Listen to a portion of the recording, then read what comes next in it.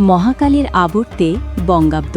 সময় যখন স্থবির হয়ে যায় তখনই নতুনের আবাহন আসে।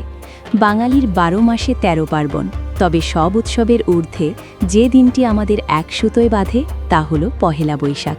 এটি কেবল একটি উৎসব নয়, এটি বাঙালির অস্তিত্বের লড়াই এবং হাজার বছরের সংবিস্তৃত সংস্কৃতির দর্পণ।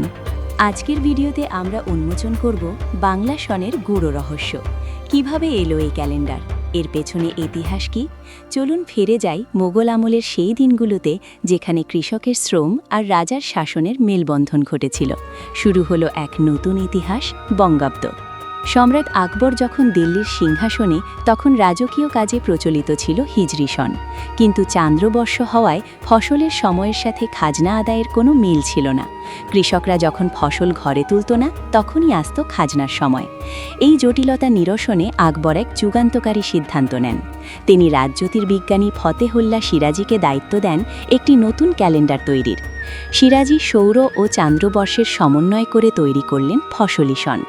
এই ফসলি সনই আজকের আমাদের প্রিয় বাংলা নববর্ষ। মজার বিষয় হল, আকবরের সিংহাসনে আরোহণের বছর ১৫৫৬ থেকে এর গণনা শুরু। এটি ছিল মূলত কৃষিবান্ধব এক ক্যালেন্ডার, যা আজও বাঙালির অর্থনৈতিক ও সামাজিক জীবনের অবিচ্ছেদ্য অংশ। বৈশাখের কথা উঠলেই চোখে ভাসে গ্রামীণ মেলার ছবি, নাগরদোলা, মাটির পুতুল আর মুড়িমুড়কির সেই চিরচেনা ঘ্রাণ। শোলার পাখি আর বাঁশির সুরে মেলা হয়ে ওঠে প্রাণবন্ত। তবে ব্যবসায়ীদের জন্য এটি ছিল অত্যন্ত গুরুত্বপূর্ণ দিন। শুরু হতো হালখাতা, নতুন হিসাবের খাতা খোলার উৎসব। পুরনো সব দেনা মিটিয়ে নতুন করে যাত্রা শুরু করার আনন্দ। ক্রেতাদের মিষ্টিমুখ করানো ছিল এক চিরাচরিত নিয়ম। এছাড়া চৈত্র সংক্রান্তিতে হতো চড়ক পূজা ও গাজন। যদিও সময় বদলেছে, কিন্তু মেলার সেই ঐতিহ্য আজও বাঙালির হৃদয়ে মাটির টান জাগিয়ে রাখে। শহরের বৈশাখ মানেই রমনার বটমূলে ছায়ানোটের সেই গান, এসো হে বৈশাখ এসো এসো। ৬০-এর দশকে এই আয়োজন ছিল বাঙালির সাংস্কৃতিক স্বাধিকারের প্রতীক। আর এর সাথে যুক্ত হয়েছে বর্ণিল মঙ্গল শোভাযাত্রা। ১৯৮৯ সালে অশুভ শক্তির বিনাশ আর মঙ্গলের কামনায় এর শুরু হয়েছিল। আজ এটি ইউনেস্কোর অস্পৃশ্য সাংস্কৃতিক ঐতিহ্য। এই শোভাযাত্রার প্রতিটি মুখোশ আর মোটিভ আমাদের সংগ্রামের কথা বলে। এটি প্রমাণ করে বাঙালি জাতি, ধর্ম, বর্ণ নির্বিশেষে এক অসাম্প্রদায়িক চেতনায় বিশ্বাসী। আজ বৈশাখী রঙে রঙিন হয়ে ওঠে পুরো রাজপথ, যা আমাদের প্রতি বছর নতুন করে বাঁচার প্রেরণা দেয়। পহেলা বৈশাখ কেবল সমতলের নয়, এটি পাহাড়ের উৎসবও। পার্বত্য চট্টগ্রামের আদিবাসীরা পালন করেন বৈশাখী।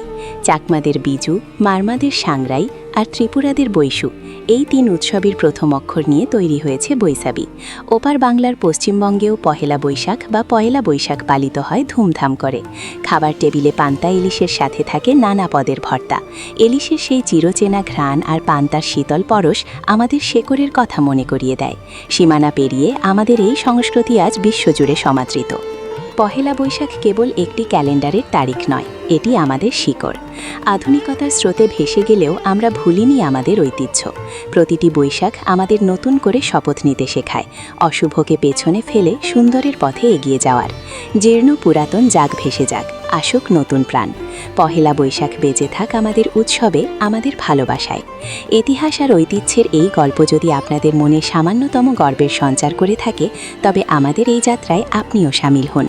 আপনার একটি সাবস্ক্রিপশন আমাদের পরবর্তী গবেষণার জ্বালানি হিসেবে কাজ করে। মনে রাখবেন, আমাদের সাবস্ক্রাইবাররা কেবল দর্শক নন, তারা আমাদের এই ঐতিহাসিক যাত্রার একজন গর্বিত অংশীদার। আমাদের সংস্কৃতির আরও রহস্যময় গল্প নিয়ে ফিরব খুব শীঘ্রই। ততক্ষণ পর্যন্ত সবাই ভালো থাকুন, সুন্দর থাকুন। শুভ নববর্ষ। দেখা হবে পরের ভিডিওতে।